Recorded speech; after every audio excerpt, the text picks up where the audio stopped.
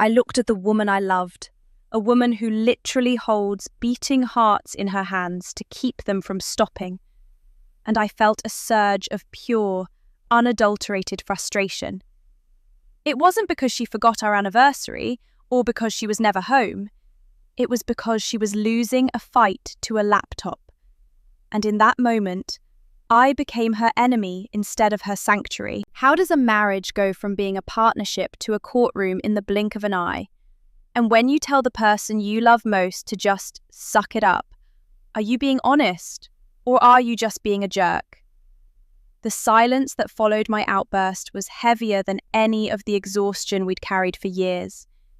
It was the kind of silence that doesn't just fill a room, it suffocates it. I watched her face shift from exhaustion to a cold, sharp hurt.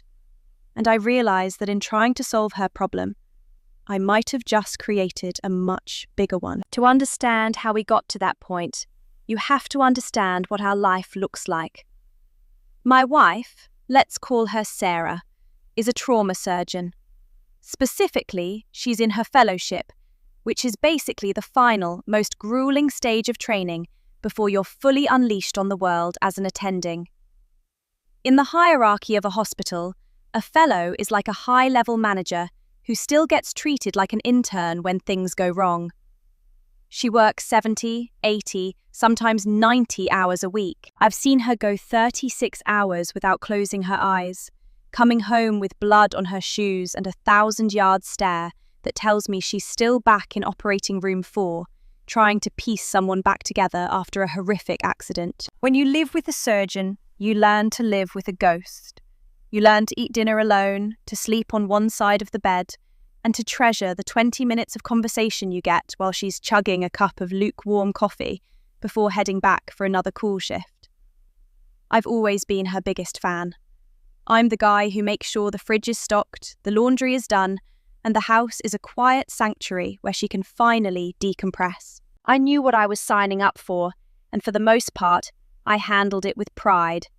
I loved that my wife was a hero, but lately, the hospital hadn't just been taking her time, it had been taking her soul.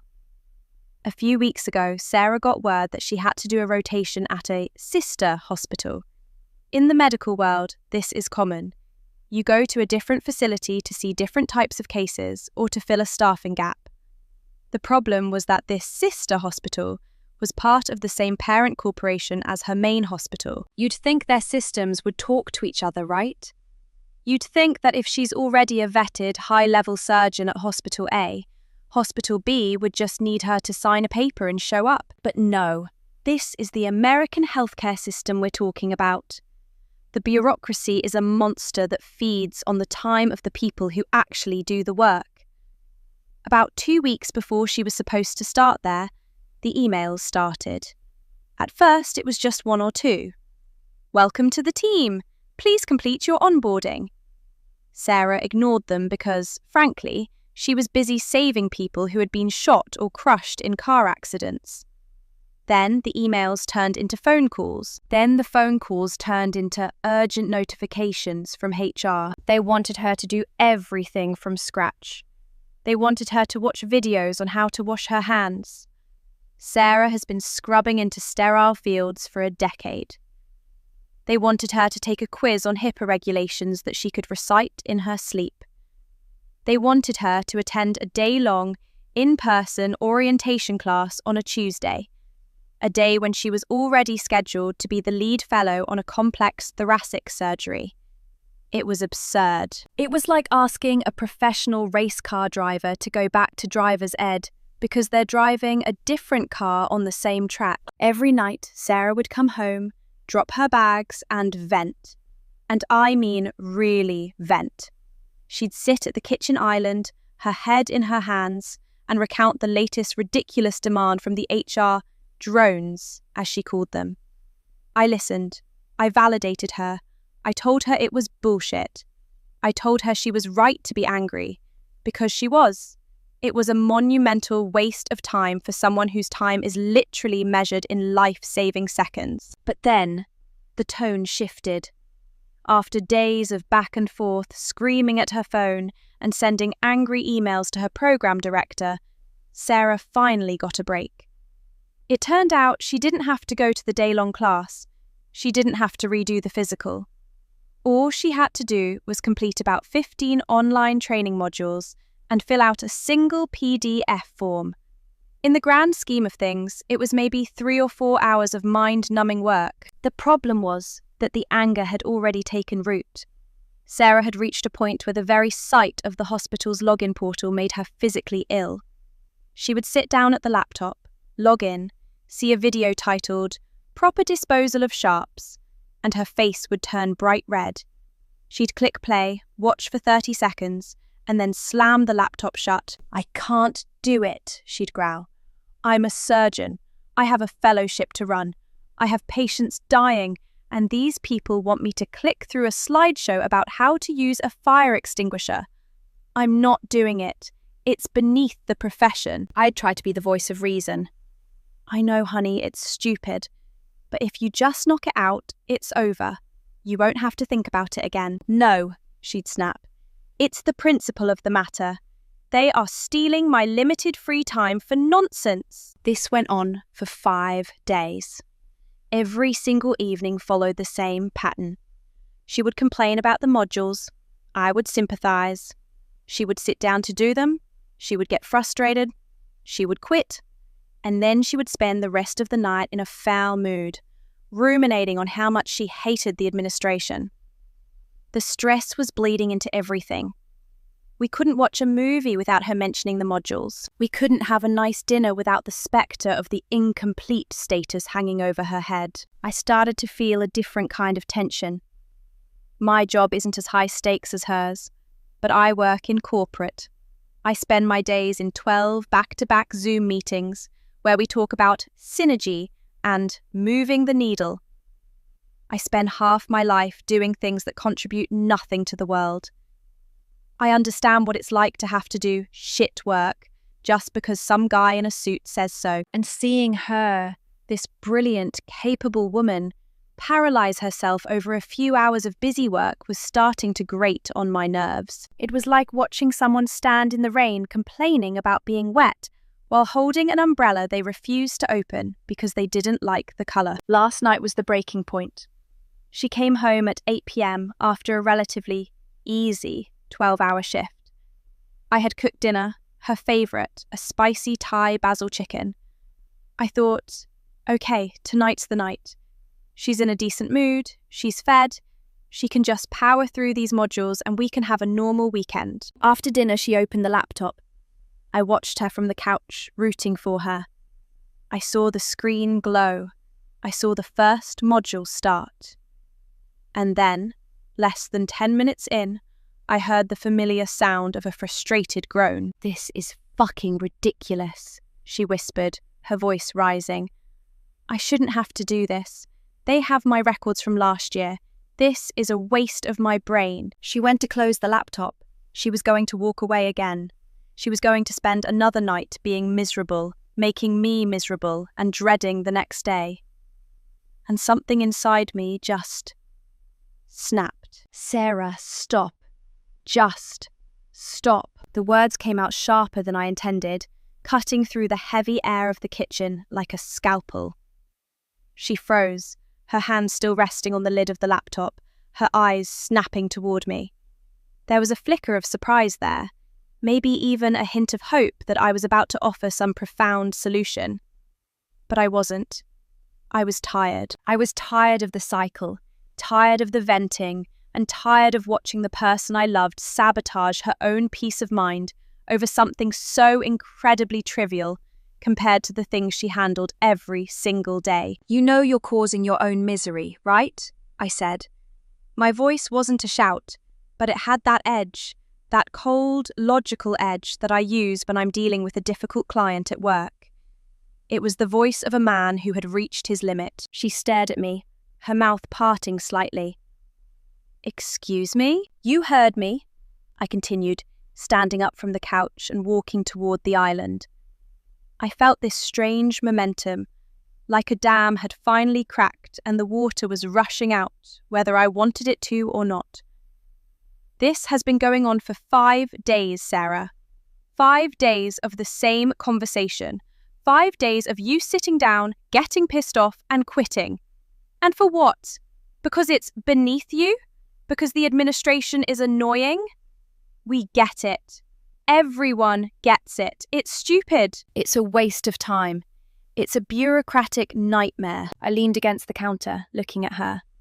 She looked smaller in that moment, draped in her oversized hoodie, her hair a messy bun held together by a surgical cap she'd forgotten to take off before leaving the hospital.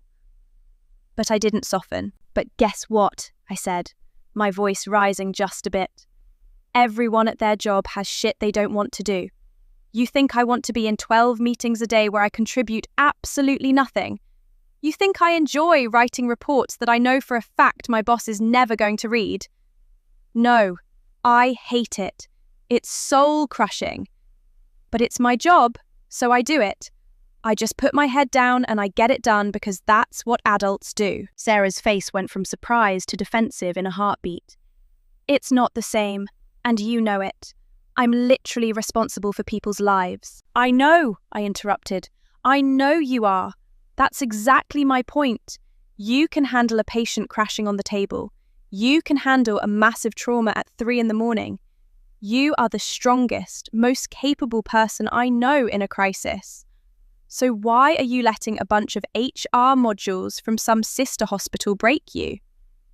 Is what they're making you do stupid? Yes.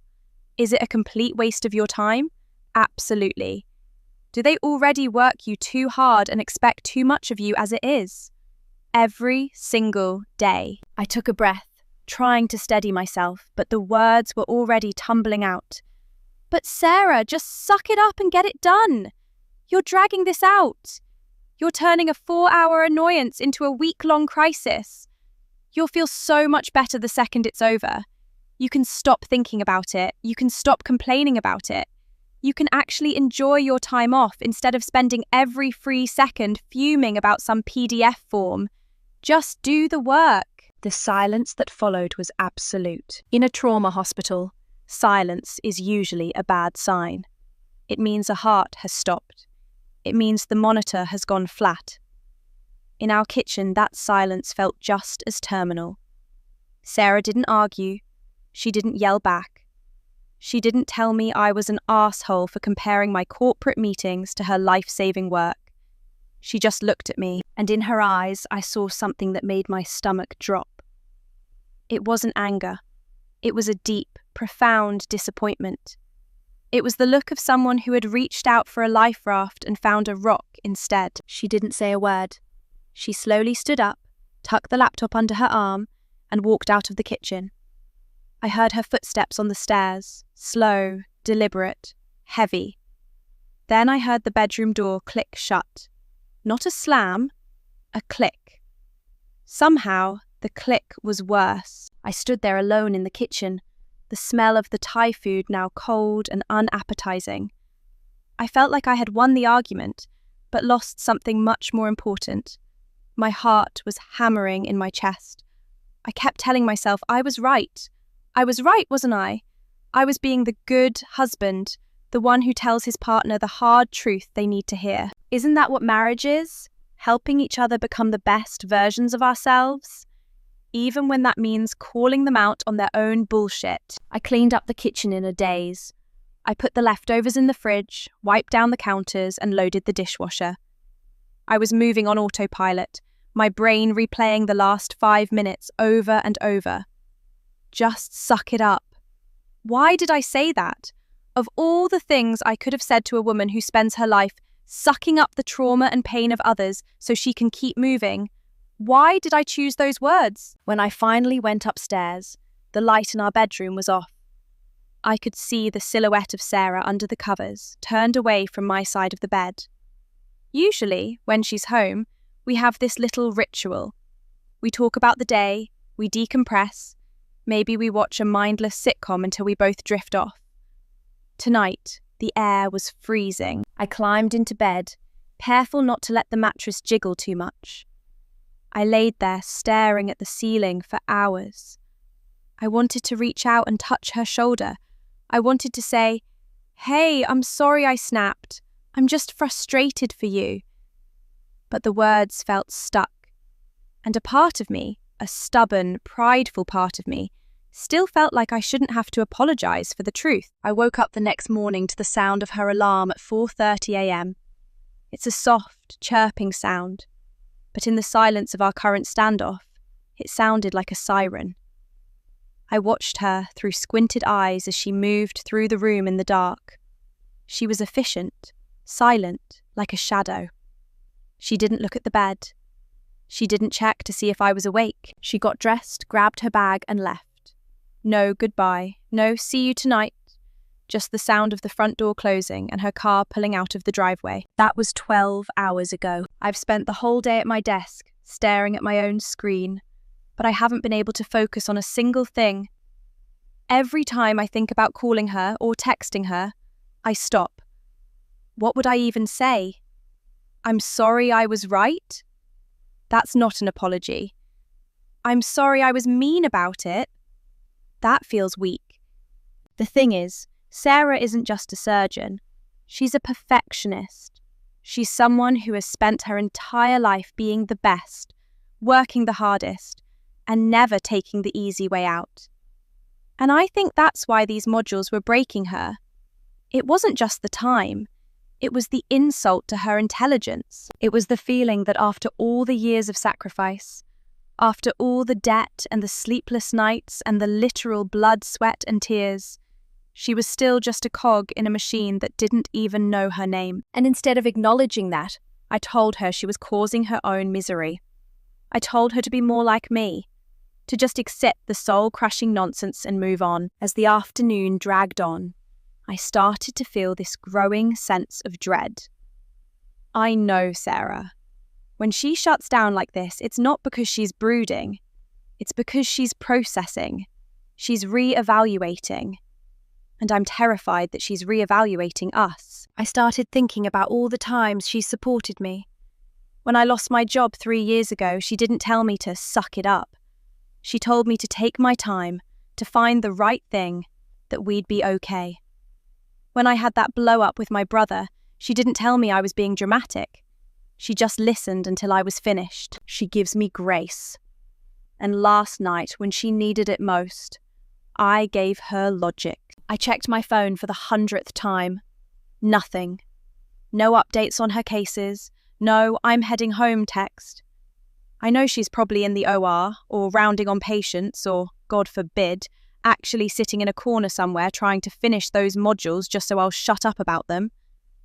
The thought of her doing them out of spite, or because she feels like she can't talk to me anymore, makes me feel physically sick. I need to fix this.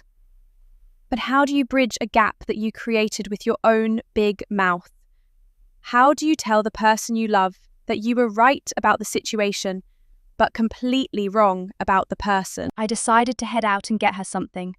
Not flowers, that felt too cliché, too much like a get-out-of-jail-free card. I went to that little bakery she loves, the one that makes those ridiculously expensive almond croissants that she only lets herself have once a month. I bought 2. I went home and I waited, but as the sun started to set and the hours ticked by, the house felt emptier than it ever had before. I started to realize that the misery I told her she was causing wasn't just hers anymore. It was mine. It was ours. I looked at the brown paper bag from the bakery sitting on the kitchen island. It felt like a pathetic peace offering for a war I shouldn't have started. The scent of butter and toasted almonds usually filled the house with a sense of comfort. But tonight, it just felt like an admission of guilt. I kept checking my watch. 8:30 p.m, 9 p.m, 9:45 p.m. The thing about being married to a surgeon is that home is a moving target. If a patient bleeds out, she's there. If a surgery runs long, she's there. If she's just too tired to move her legs to the car, she's in a cool room. But tonight, every minute she was late felt like a sentence being handed down. I started pacing the living room, looking at the photos on the walls. There was a photo of us from her medical school graduation. She was beaming, her eyes bright with a fire I hadn't seen in months. She was so ready to change the world. Then there was a photo from the start of her residency, a little more tired, but still there. And then her fellowship.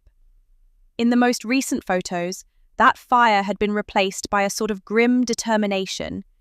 She was surviving her life, not living it. And what did I do?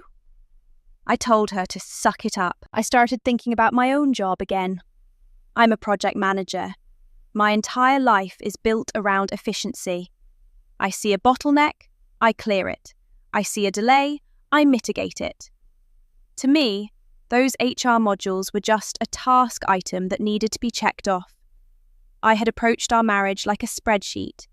I saw her frustration as a blocker to our collective happiness, and I thought if I just applied enough pressure, the blocker would clear. But Sarah isn't a project.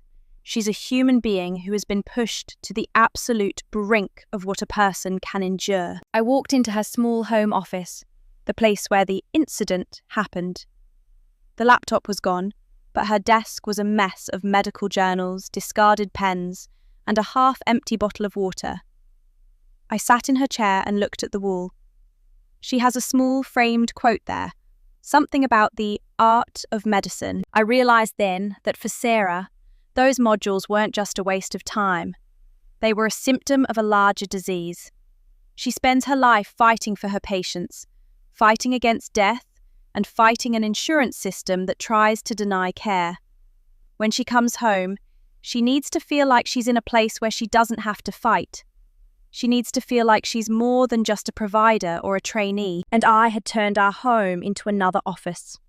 I had become another administrator, another voice telling her that her time didn't matter, that her feelings were an obstacle to getting it done. Around 10:15 p.m, I heard the garage door. My heart did a slow, heavy roll in my chest. I didn't rush to the door. I didn't want to overwhelm her. I just stood in the kitchen, near the cold Thai food and the bakery bag. The door opened and Sarah walked in. She looked grey. That's the only way to describe it. The light in the mudroom was harsh and it showed every line of exhaustion on her face. Her surgical scrubs were wrinkled, and she was carrying her laptop bag like it weighed 100 pounds. She didn't look at me. She went straight to the sink, turned on the water and started washing her hands.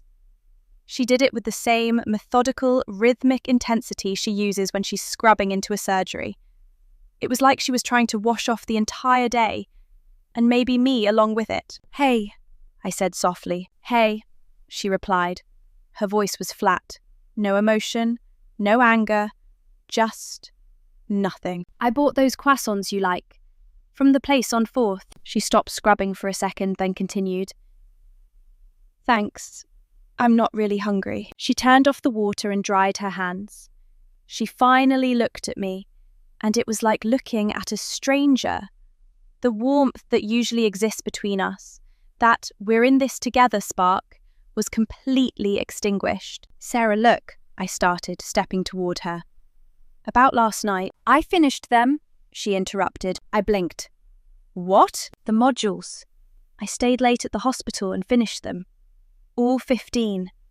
And the form. It's done. You don't have to worry about my misery anymore." She said it with a coldness that made my skin crawl. It wasn't a victory. It was a surrender.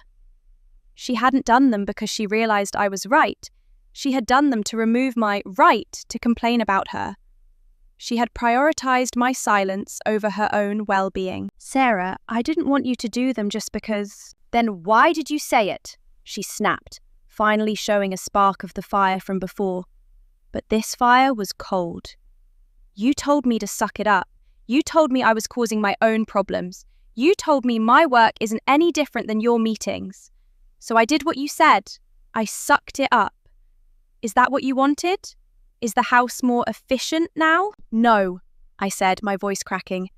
"That's not what I wanted. I was frustrated because I hate seeing you so stressed, and I handled it like a complete idiot. I wasn't trying to be your boss. I was trying to... I don't know. I thought I was helping." "Helping?" She let out a short, hollow laugh. She dropped her bag on the floor with a heavy thud. You know what helped me today, Mark? One of my patients, a 19-year-old kid who got hit by a drunk driver, died on the table.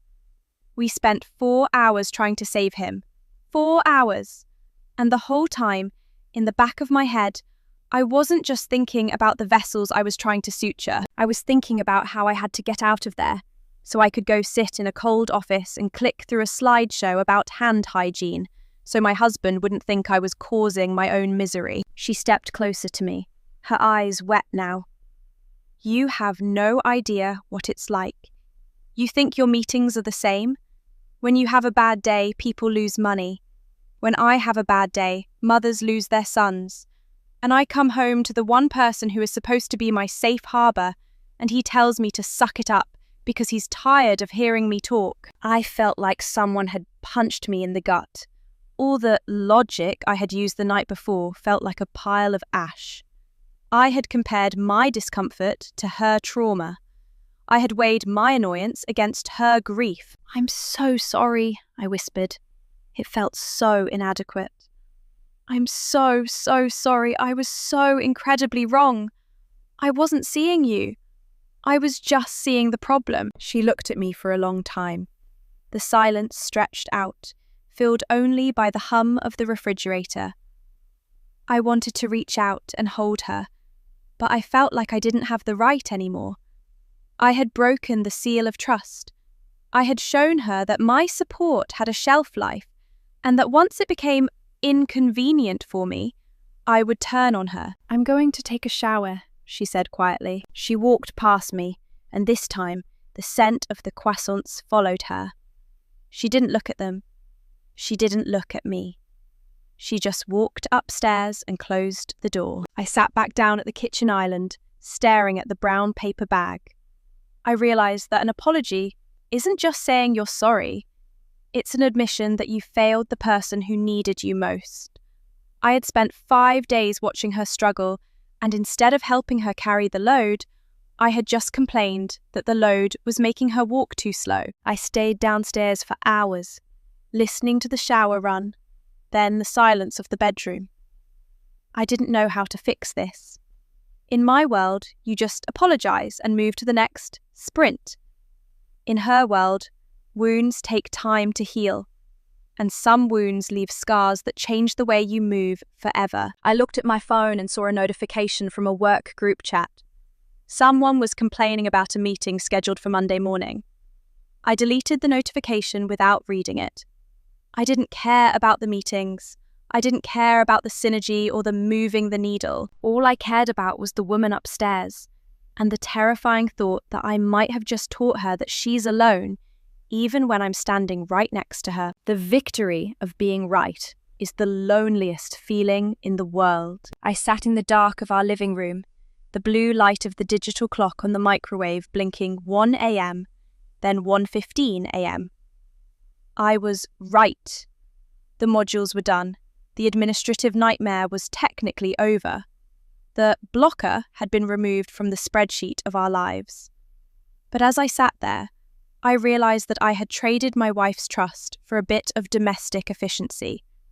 I had won the battle against the HR department, but I was losing the war for my marriage. I started thinking about the invisible labor of being a surgeon's spouse. For years, I'd told myself I was doing a great job. I handled the groceries, the bills, the car maintenance, the social calendar we never actually used. I thought that by clearing the path of life stuff, I was being the ultimate partner.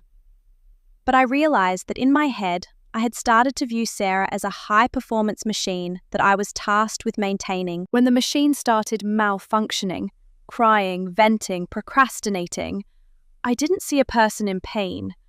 I saw a system error that needed to be debugged. Suck it up. Those 3 words kept echoing in my head. They were the 3 words Sarah heard every day at the hospital. She heard them from senior surgeons who thought she wasn't moving fast enough. She heard them from the system that demanded she work 80 hours a week without complaining. She heard them from the families who expected her to be a god, and from the patients who saw her as a miracle worker rather than a woman who hadn't slept in 30 hours. The one place on earth where she shouldn't have to suck it up was with me. And I had slammed that door in her face. I finally crept upstairs around 2 a.m. The bedroom felt like a tomb. Sarah was breathing deeply, but I knew she wasn't truly asleep. She has this way of holding her body, tense, guarded, when she's upset, even in her dreams.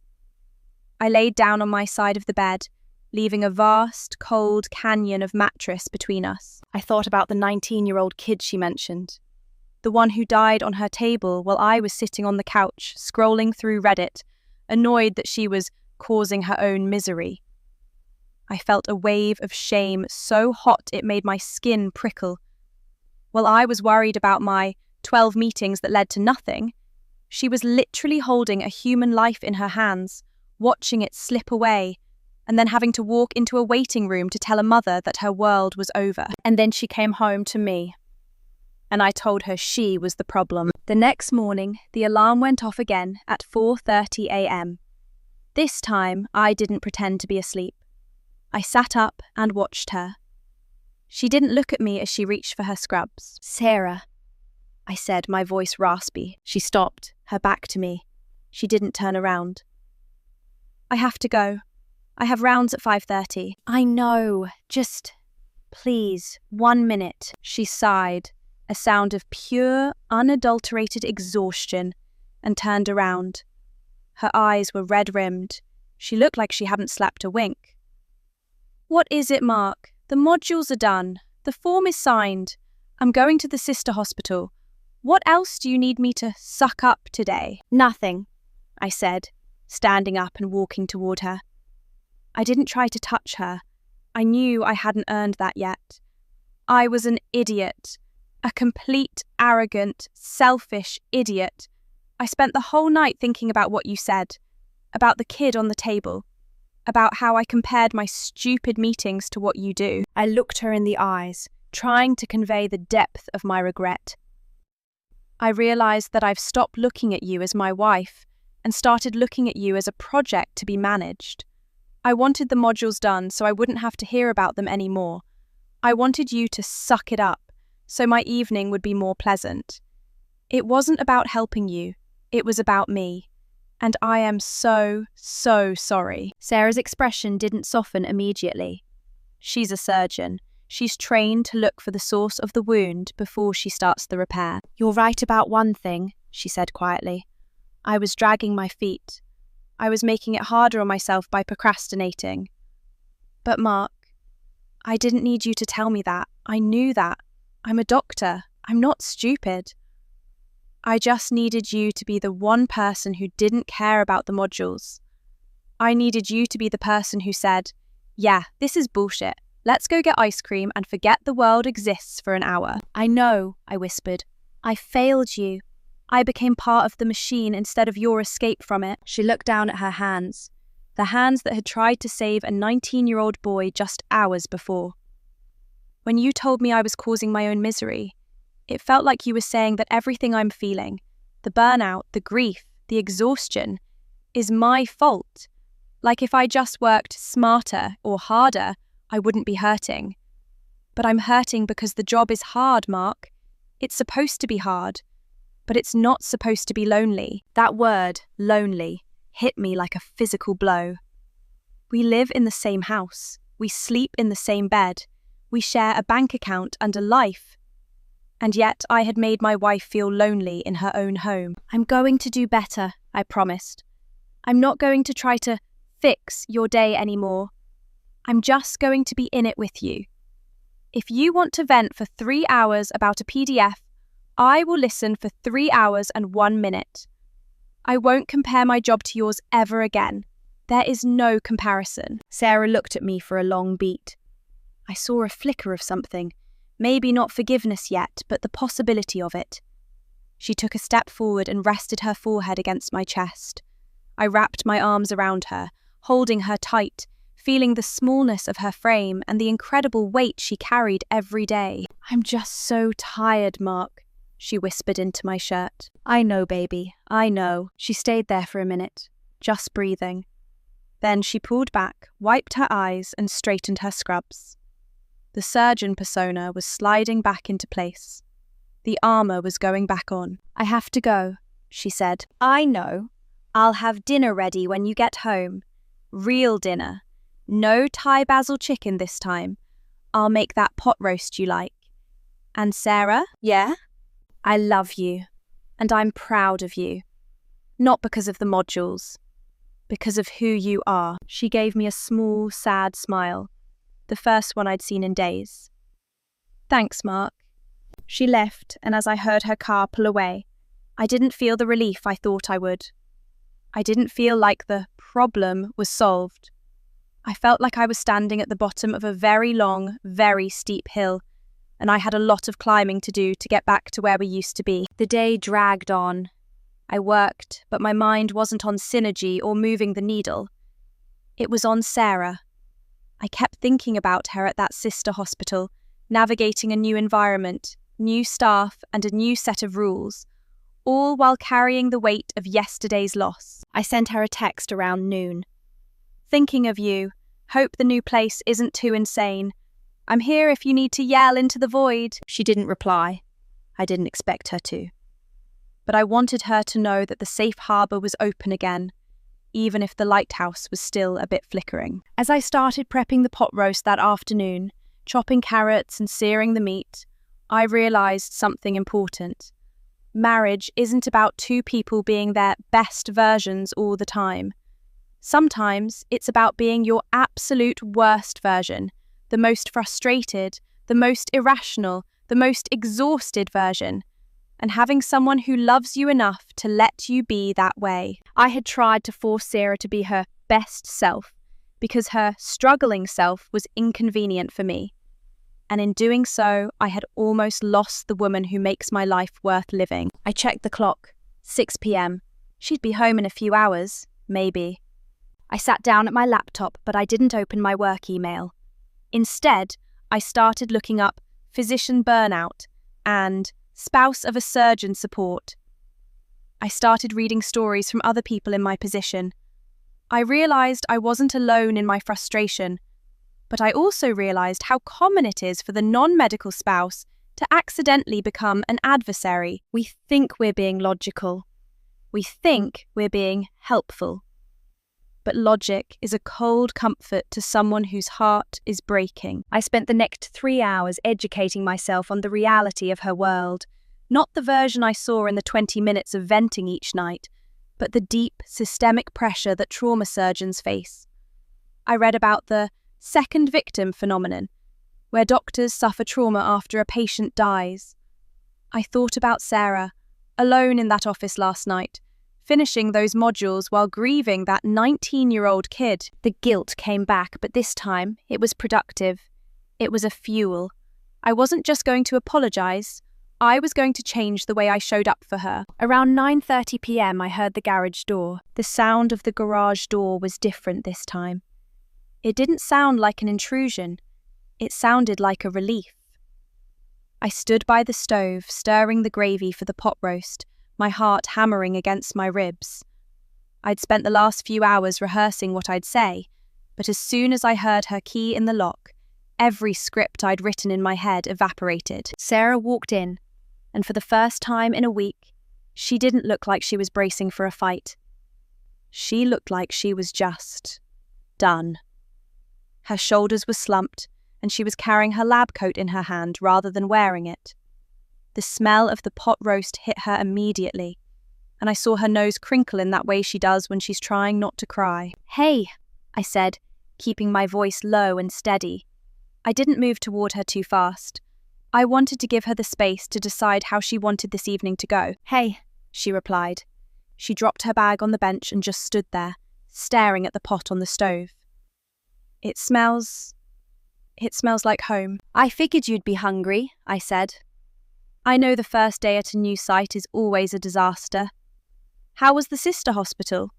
Did they actually have a locker for you, or did you have to carry your life in your pockets all day? She let out a dry, exhausted chuckle. Neither. They gave me a locker, but the combination they sent in the onboarding email was wrong.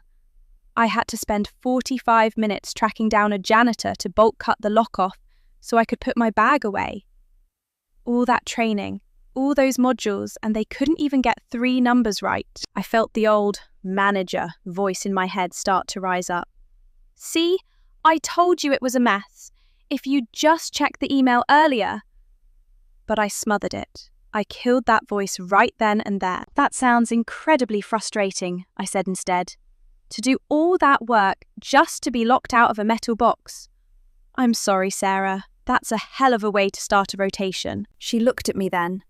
Really looked at me. The coldness from the night before was gone, replaced by a weary softness. She walked over to the island and sat down, resting her chin in her hands. The surgery went well, though, she whispered. We had a triple bypass, complex, but the patient is stable. He's going to make it. That's incredible, I said, moving the pot roast to the table. You're incredible. We ate in silence for a few minutes. Not the heavy, suffocating silence of the night before, but a comfortable one. The kind of silence that happens when 2 people are just grateful to be in the same room. As she ate, I watched the tension slowly bleed out of her face. The pot roast was a hit, comfort food at its finest. But I knew the food was just the medium. The message was that I was here, and I wasn't judging. Halfway through the meal, Sarah put her fork down. Mark, about the kid, the one from yesterday. I felt my breath hitch. You don't have to talk about it if you don't want to. I do, she said, her voice trembling slightly. His name was Leo. He was a college student. He had a backpack in his car full of textbooks. He was probably just driving home from the library, and I keep seeing his face. I keep thinking about how I spent the hour before he arrived arguing with you about those stupid HR modules. I feel like I wasn't there when he needed me to be. Like my head was in the wrong place because I was so caught up in being angry at the system and angry at you. This was the part I hadn't understood. My logic had told me that the modules were just a task. But for Sarah, the mental clutter of the modules and the subsequent argument with me had become a source of professional guilt. She felt like she had failed her patient because she wasn't perfectly focused. It was irrational, of course. She's a professional who can operate in a hurricane, but grief isn't rational. Sarah, look at me, I said, reaching across the table and finally taking her hand. Her skin was cold, but she didn't pull away. You didn't fail Leo. The person who hit him failed him. The physics of the crash failed him. You were the only thing in the world trying to give him a second chance. And whether we were fighting or not, I know you gave him everything you had. She squeezed my hand, a single tear escaping and rolling down her cheek. I just wanted to come home and feel like I was enough. When you told me I was causing my own misery, it felt like you were saying I wasn't even doing the wife part right. Like I was failing at home too. I know, I said, my own eyes stinging. And that was the most selfish thing I've ever said. You are more than enough. You're doing the work of 10 people, and I should have been the one holding the umbrella, not the one complaining that you were dripping water on the floor. We sat there for a long time, just holding hands over the remains of the roast. It felt like we were finally clearing the debris from the storm I'd caused. But even as we sat there, I knew that a single conversation wouldn't erase the exhaustion she felt. The system was still broken. The hospital was still going to demand 80 hours of her life. The bureaucracy was still going to be a nightmare. I decided something today, Sarah said, breaking the silence. What's that? I'm going to finish the fellowship. But after that, I don't want to work for a corporate hospital group anymore. I want to find a place that actually values the people they hire. I don't care if it pays less. I don't care if it means we have to move. I can't keep living in a world where I'm treated like a line item on a ledger. I didn't hesitate. I didn't think about our mortgage or our savings or the career trajectory I had mapped out for us. Wherever you want to go, I'm there. We'll make it work. If you want to open a small town clinic or work for a non-profit or just take a year off to breathe, we will do it. I'm done with the synergy of this life too. She laughed, a real, genuine laugh this time. You'd really move? Away from your 12 meetings a day? I'd move in a heartbeat, I said. As long as I'm moving with you. The rest of the evening was quiet. We didn't watch TV. We didn't scroll through our phones. We just sat on the couch, her head on my shoulder, while I listened to her talk about the things she actually loved about medicine. The anatomy, the puzzles, the moments when a patient finally opens their eyes after a long recovery. I realized that by telling her to suck it up, I had been trying to silence the very things that made her a great doctor.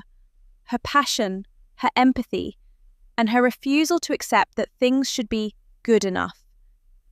You can't have a surgeon who cares about every millimeter of an incision and also expect her to be okay with a system that treats her like garbage. Those two things are part of the same heart. As we headed up to bed, I saw her laptop sitting on the entryway table. It looked harmless now, just a piece of plastic and glass. The modules were done. The crisis was over. But as I looked at it, I made a silent vow to myself.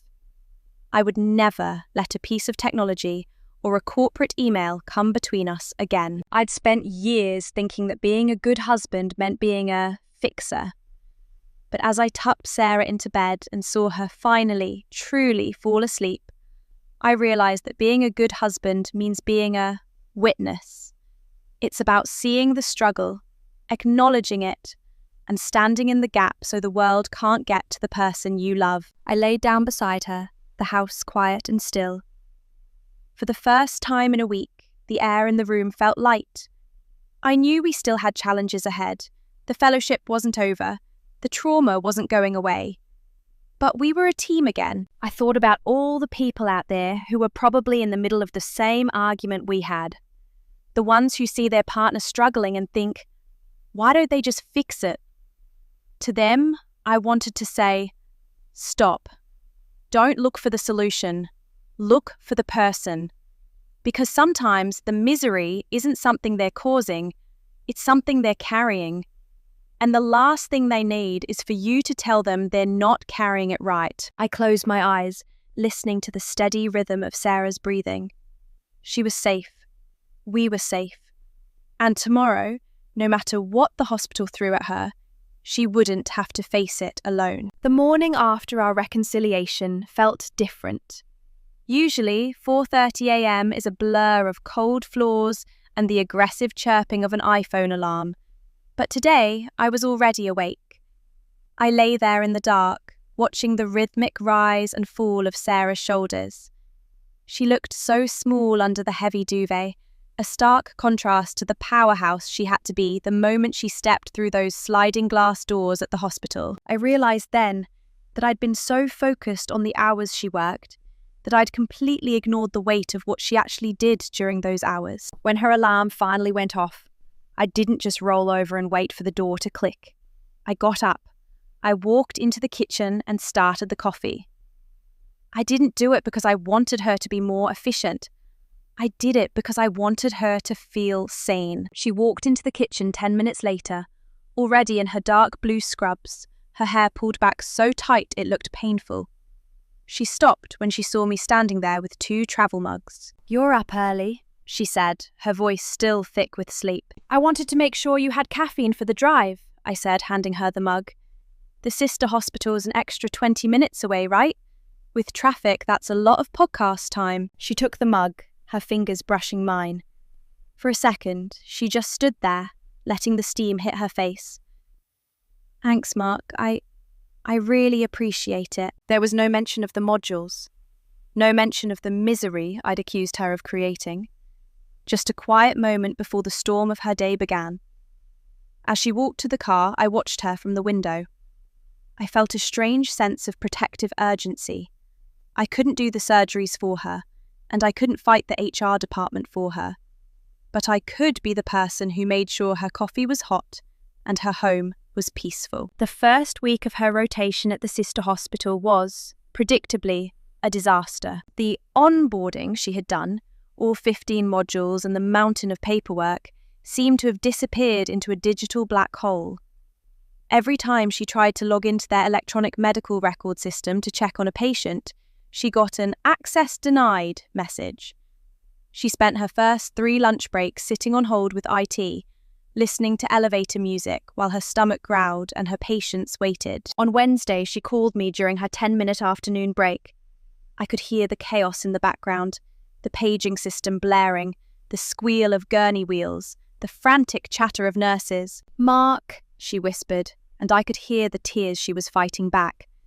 "I can't get into the system. I have a post-op patient who needs their meds adjusted, and I can't even see their lab results. I've been to the admin office 3 times, and they just keep telling me to wait for the ticket to process.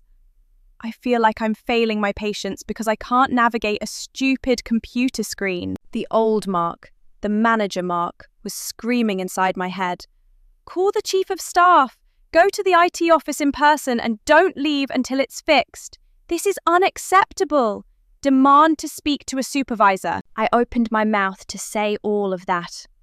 I wanted to give her a 5-point plan to solve the problem. I wanted to fix the bottleneck. But then I remembered the look in her eyes over the pot roast. I remembered the word lonely. I took a breath and silenced the manager. "Sarah," I said, my voice as calm as I could make it.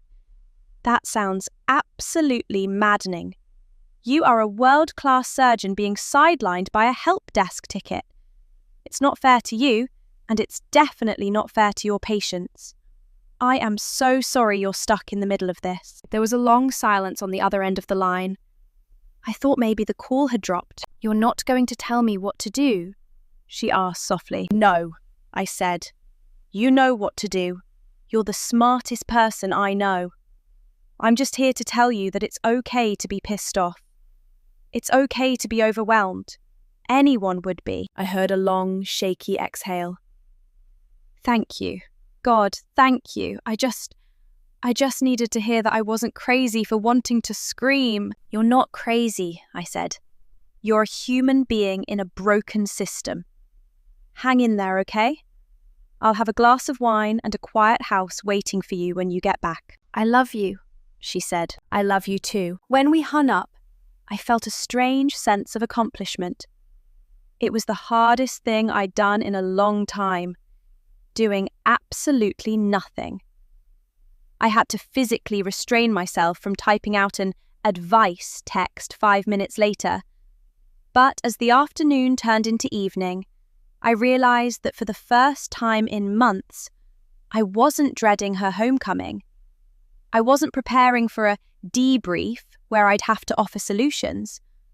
I was just preparing to be her partner. She didn't get home until nearly 11 p.m. She looked exhausted, but she didn't look defeated. "I got in," she said, dropping her keys. "I finally caught an IT guy in the hallway and basically kidnapped him until he manually reset my password. The patient is fine. Everything is fine." "You did it," I said, not adding a "finally" or a "see, I knew you would." Just acknowledging her win. As the days turned into weeks, the rhythm of our life began to shift. It wasn't that the stress went away, far from it. The sister hospital continued to be a bureaucratic nightmare, and her surgical load was heavier than ever. But the way we talked about it had changed. I started to see the subtle signs of her burnout before they became full-blown explosions. I noticed the way she'd stare at her phone for too long without scrolling. I noticed the way she'd start to pick at her cuticles when she was thinking about a difficult case. And instead of telling her to relax or take a bath, I'd just sit next to her. I'd put a hand on her back. I'd ask her about the kid or the bypass or the weird thing a nurse said. I was learning the art of the vent. I was learning that sometimes a person doesn't want to get out of the hole. They just want you to sit in the hole with them for a little while so they don't feel so alone in the dark. But then the sister hospital threw one more curveball. It was a Friday morning, the end of her 3rd week there. I was working from home when my phone buzzed. It was a text from Sarah, but it wasn't a vent. It was a photo of a printed letter. "Dear Doctor, Sarah, it has come to our attention that your mandatory patient safety and workplace culture seminar, which was scheduled for this coming Saturday at 8 a.m., remains unattended. Please note that failure to attend this final in-person session will result in an immediate suspension of your clinical privileges at this facility. My heart sank. Sarah had been planning to sleep in this Saturday. It was her first day off in 14 days. We had planned to go to the farmer's market, maybe take a walk in the park, just a few hours of being normal people. I braced myself. This was the ultimate test. The misery wasn't her fault this time. It was a direct, targeted strike from the bureaucracy. I waited for the phone to ring. I waited for the explosion. I waited for her to tell me she was quitting, that she was done, that she couldn't take another second of it. But the phone didn't ring. 10 minutes later, another text came through. I guess I'm going to the seminar. Can you make sure we have eggs for breakfast on Sunday? I think I'm going to need a big breakfast to recover from 4 hours of workplace culture PowerPoints. I stared at the screen. There was no anger, no bitterness, just a weary acceptance. And in that moment, I realized that Sarah had changed too. Because I had stopped fighting her, she had stopped fighting the world quite so hard. She was still tired, yes. She was still frustrated. But she wasn't alone anymore, and that made the sucking it up part a lot easier. But as I sat there, looking at that letter, a part of me, the old protective Mark, felt a flicker of something else. I didn't want her to just suck it up this time. I wanted her to feel like someone was in her corner, truly in her corner. I started typing a reply, then deleted it. I looked at the clock. It was 1 p.m. I had a meeting at 1:30, but for the first time in my life, I didn't care about the synergy of the call. I grabbed my keys and headed for the door. I didn't care about the meeting. For years, I had been the guy who never missed a call, the guy who prioritized the deliverables above everything else. But as I pulled out of our driveway, the only deliverable I cared about was my wife's sanity. I drove to that sister hospital, a place I had only seen from the outside. It was a massive glass and steel monolith, cold and imposing against the grey afternoon sky. It looked less like a place of healing and more like the headquarters of a global bank. I parked in the visitor lot and walked into the lobby. The air was thick with the smell of floor wax and burnt coffee. I looked at the directory. Conference room B, 4th floor. I didn't have a plan. I wasn't going to storm into the seminar and demand they let her go. I wasn't going to pull a movie moment and give a speech about how she was too busy saving lives for their PowerPoints. I just wanted to see what she saw. I took the elevator to the 4th floor. The doors opened to a long, sterile hallway, lined with closed doors.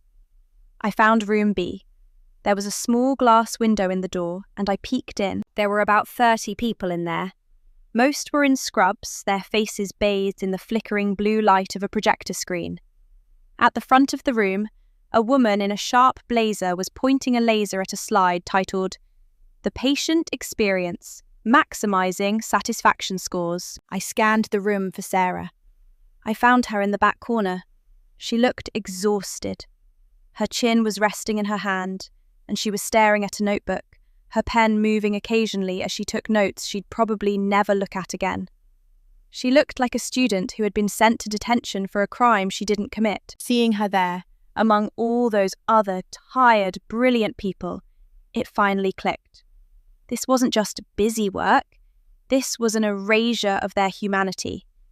The system was treating these highly trained professionals like children, forcing them to sit through lectures on empathy while simultaneously working them to the point where they were too tired to feel anything at all. I sat down on the plastic bench in the hallway outside. I decided I wasn't leaving. I sat there for 3 hours. I watched nurses walk by, their eyes glazed over. I watched residents rushing toward the elevators, their white coats flapping behind them. I saw the reality of the machine. Around 4:30 p.m., the door to conference room B finally opened. The medical staff spilled out, most of them looking down at their phones, eager to reconnect with the world they'd been cut off from. Sarah was one of the last ones out. She was rubbing her temples, her lab coat draped over her arm. She didn't see me at first. She was walking toward the elevators, her head down. "Excuse me, doctor, Sarah," I said, standing up. She stopped, her eyes snapping up. When she saw it was me, her jaw literally dropped. "Mark, what are you doing here? Did something happen? Is everything okay?" "Everything's fine," I said, walking toward her. I was in the neighborhood, and I figured nobody should have to walk out of a workplace culture seminar alone." The confusion on her face melted into something else. Her eyes welled up, and she leaned into me, burying her face in my shoulder right there in the middle of the hallway. I didn't care who was watching. I just held her. "You skipped your meeting," she whispered into my chest. "I did," I said. It was about synergy. I decided I'd rather have some synergy with my wife instead. She let out a small, wet laugh. "You're an idiot." "I know, but I'm your idiot." We walked to the parking garage together. The sun was starting to set, casting long orange shadows across the concrete. As we reached her car, she stopped and leaned against the driver's side door. "You saw it, didn't you?" she asked. "Through the window?" "I did," I said. "It looked like a hostage situation." "It felt like one," she said, her voice turning serious. "Mark, I've spent 15 years of my life getting to where I am. I've sacrificed my 20s. I've sacrificed sleep. I've sacrificed our time. And sitting in that room today, I realized that the people running this place don't care about any of that. They just want the checkboxes. They want the satisfaction scores. They don't care that I haven't seen my husband in 3 days. They don't care that I lost a patient yesterday." She looked at the massive hospital building behind us. "I can't do this for another 30 years. I love the surgery. I love the patients. But I hate the machine." "Then we leave the machine," I said firmly. "You really mean that? You'd really move? We just got the house the way you like it. Your office is perfect. Your commute is 10 minutes. I took her hands in mine. "Sarah, a house is just a box. My office is just a room. And my commute? I'd drive 3 hours if it meant I got to come home to a version of you that wasn't being crushed by the weight of the world. We're going to finish this fellowship, and then we're going to find a place where you can be a doctor, not a provider. Where you're a person, not a resource." She pulled me into a kiss, a real one, the kind we hadn't had since the argument started. It tasted like coffee and salt and hope. The next few months were a whirlwind. Sarah finished her rotation at the sister hospital, but something had shifted in her. She still had bad days. She still had moments where she wanted to scream at the administration. But whenever the machine tried to get to her, she had a shield. She had me. I stopped being the guy who offered solutions. I became the guy who offered sanctuary. When she came home late, I didn't ask her if she'd finished her paperwork. I asked her if she wanted to sit on the porch and listen to the crickets.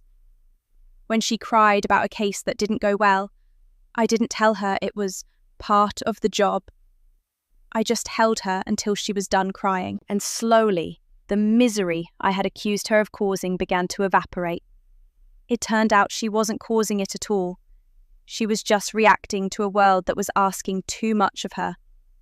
Once she knew she didn't have to fight the battles at home, she had the strength to survive the battles at work. We started looking at jobs in other states, small town hospitals, private practices, places where the workplace culture wasn't a PowerPoint but a reality.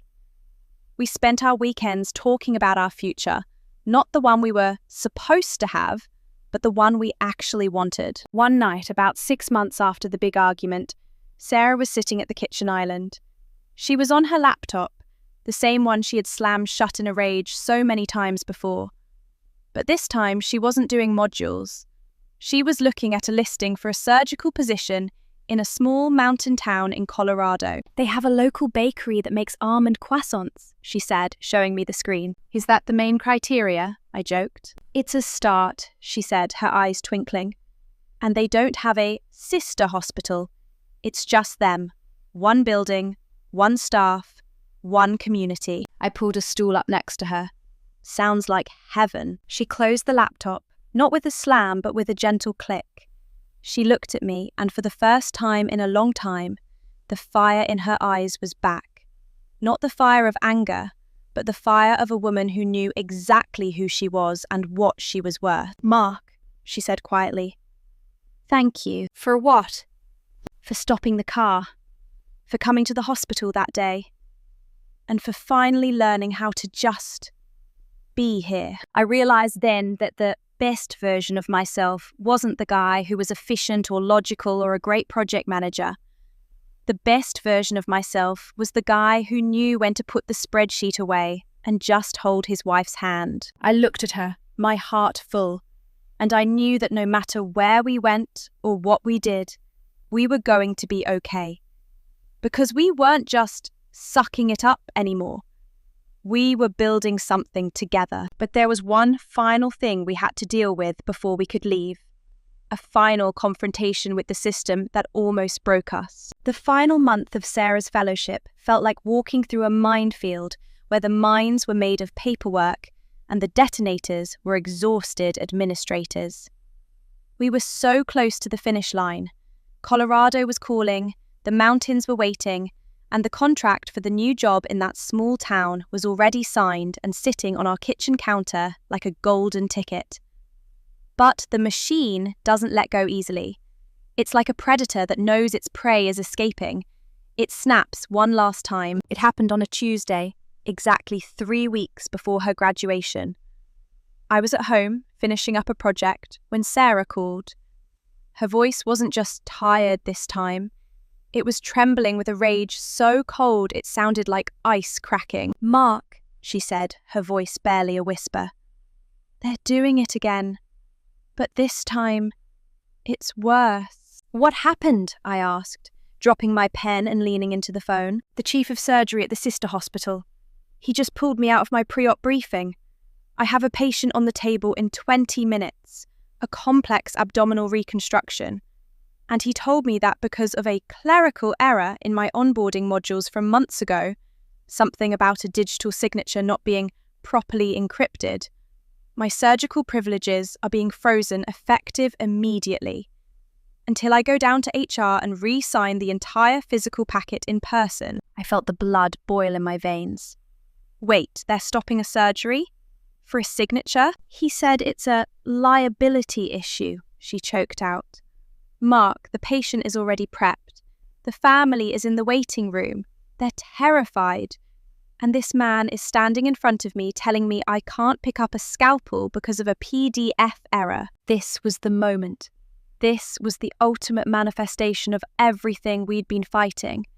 The suck-it-up Mark of 6 months ago would have told her to just go sign the papers as fast as possible so she could get back to work. But that Mark was dead. "Where are you?" I asked. "I'm in the scrub room. I told him I needed a minute." "He's standing outside the door, Mark.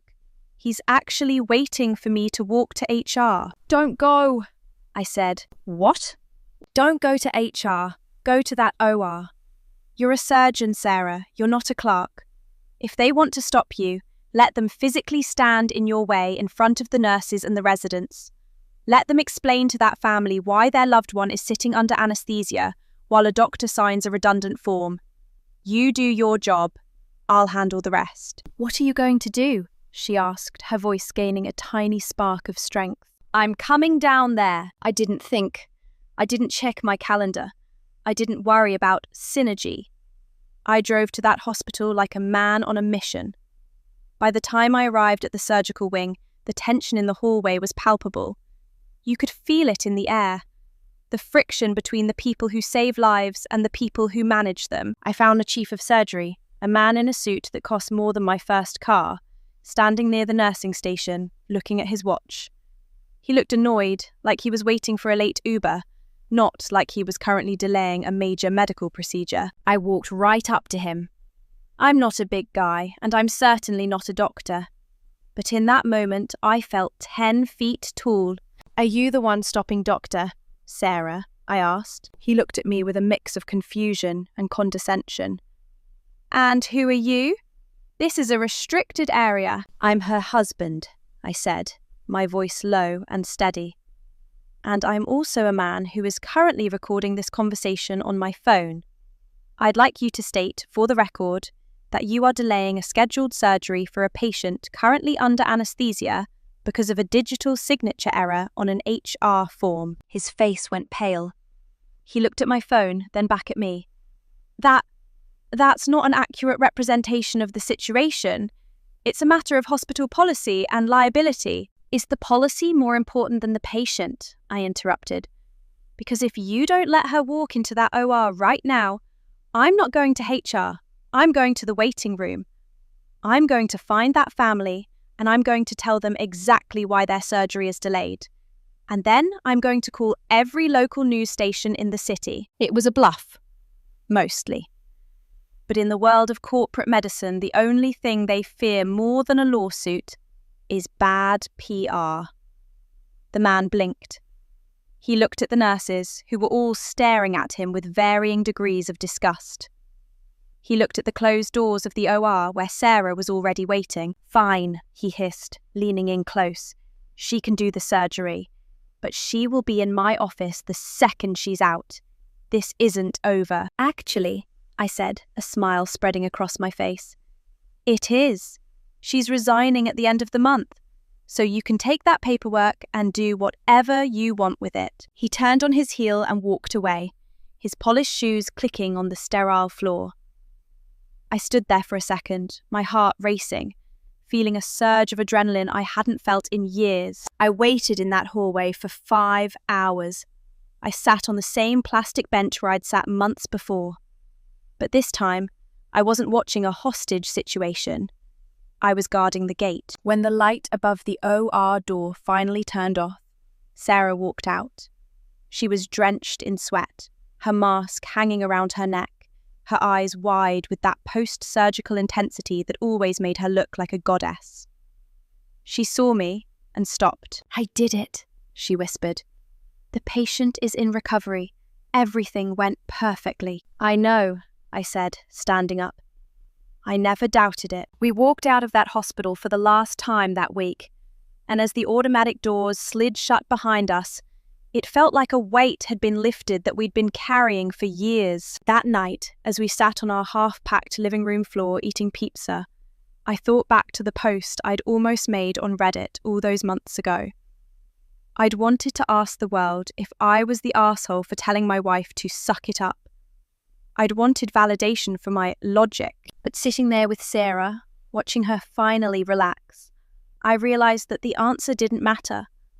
What mattered was that I had finally learned that being right is worthless if you're standing in the wreckage of your partner's spirit. "Hey," Sarah said, poking me with a crust.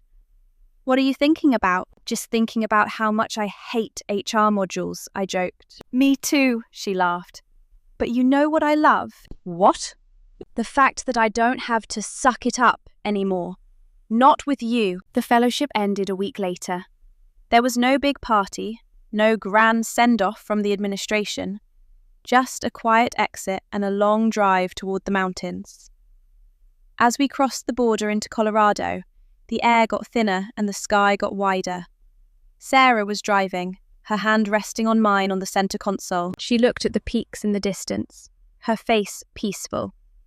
She wasn't a trainee anymore. She wasn't a resource.